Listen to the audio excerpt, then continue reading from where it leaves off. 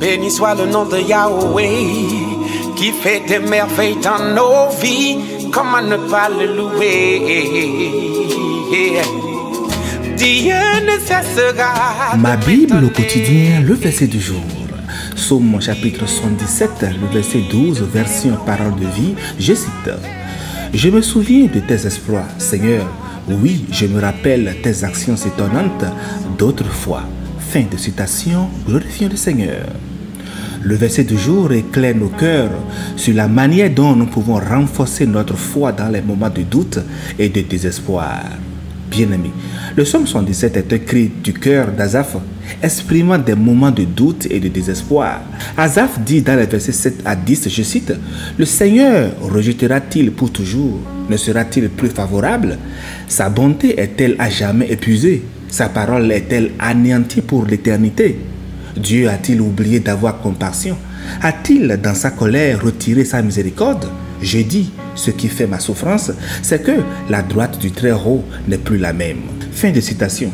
Alors Asaph se questionnait si tant en se demandant si Dieu l'avait rejeté. Mais au verset 11, le verset du jour, il se souvient des années passées et des œuvres puissantes de Dieu.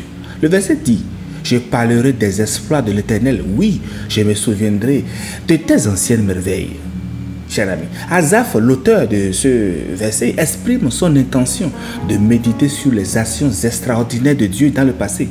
Le terme exploit renvoie aux actes puissants et miraculeux de Dieu. Le verbe parlerait suggère une proclamation publique de la grandeur de Dieu. Il choisit de se souvenir des anciennes merveilles, disons les interventions divines passées. Bien-aimé, que veut dire le texte? Je parlerai des exploits de l'Éternel. Asaph décide là de partager ouvertement et publiquement les exploits ou actes puissants et extraordinaires de Dieu. Il choisit de témoigner des actions de Dieu dans l'histoire d'Israël. Cette décision reflète un acte de foi et d'obéissance malgré les circonstances difficiles. Cela montre l'importance que Asaph a eue de rappeler les exploits de Dieu pour fortifier la foi, non seulement pour lui-même, mais aussi pour nous tous aujourd'hui. Oui, je me souviens de tes anciennes merveilles. Asaph déclare son intention de se souvenir des anciennes merveilles de Dieu. Il fait référence aux interventions divines passées qui ont démontré la puissance, la grâce et la fidélité de Dieu envers son peuple. Le terme « ancienne » rappelle que Dieu a agi dans le passé et que ses actions sont dignes d'être méditées et rappelées. Le texte signifie donc que lorsque nous nous trouvons confrontés à des moments de doute, d'incertitude et de détresse, nous pouvons choisir de nous concentrer sur les interventions, les merveilles passées de Dieu. Nous ne sommes pas seuls dans nos luttes, non. Et en méditant sur les œuvres de Dieu, nous pouvons retrouver la confiance en sa capacité à nous guider et à nous secourir. Mais comment pouvons-nous appliquer alors ce texte aujourd'hui? Dans nos vies modernes marquées par le stress, les doutes et les défis, ce texte a une pertinence profonde. Bien-aimés, appliquons ce texte en comptant chaque jour les bienfaits de l'Éternel, en racontant nos expériences de la grâce et de l'action de Dieu aux autres pour les encourager et en choisissant également de faire confiance à Dieu malgré nos circonstances et en nous rappelant comment il a agi dans le passé. Se rappeler des exploits de Dieu dans le passé renforce notre foi et nous aide à lutter contre le découragement et le désespoir.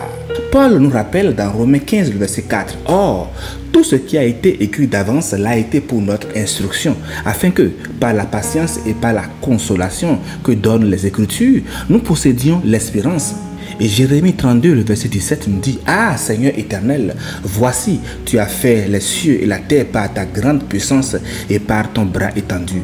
Rien n'est étonnant de ta part. » Ainsi, chers amis, se rappeler des actions étonnantes de Dieu dans le passé nous donne une base solide pour notre foi, une source d'encouragement et une perspective divine qui nous guide dans notre cheminement spirituel.